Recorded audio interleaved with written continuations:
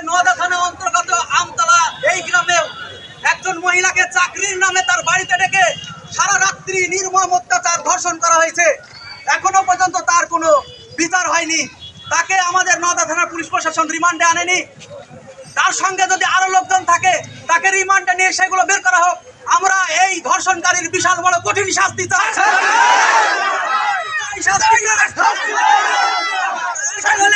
তদন্ত চাই,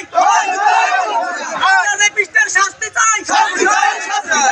নেশাগ্রস্ত করিয়ে সারা রাত ধরে গ্যাংরেপ করা হয়েছে, তাকে ভয় দেখানো হয়েছে, পিস্তল দেখানো হয়েছে, মেরে ফেলার হুমকি দেওয়া হয়েছে।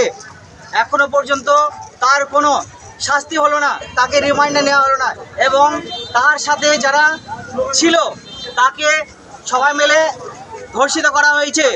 যারা এই ধর্ষণে ছিল তাদেরকে এখনো পর্যন্ত গ্রেপ্তার কেন করা হলো না, তার জবাব চাই। শাস্তি চাই, শাস্তি চাই।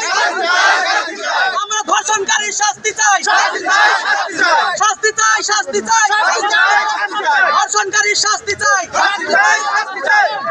এবং তার বাড়িতে যিনি ধর্ষণ করেছেন তার বাড়িতে পুলিশ পাহারা দেওয়া হচ্ছে, কেন হচ্ছে তার জবাব চাই।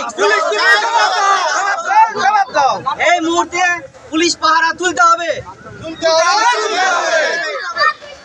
সবারই কাছে মুখ্যমন্ত্রীর কাছে একটাই আবেদন, মুখ্যমন্ত্রী যেন এই ধর্ষণটাকে সাধারণভাবে না নিয়ে কঠোর ব্যবস্থা করে। তার কারণ শুধু আমাদের নোয়াদা থানা অন্তর্গত আমতলা গ্রাম নয়, আজ পশ্চিমবঙ্গের বিভিন্ন জায়গায় ধর্ষণ হচ্ছে।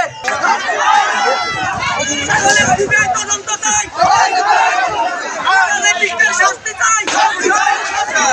বাংলা টুডে নাও।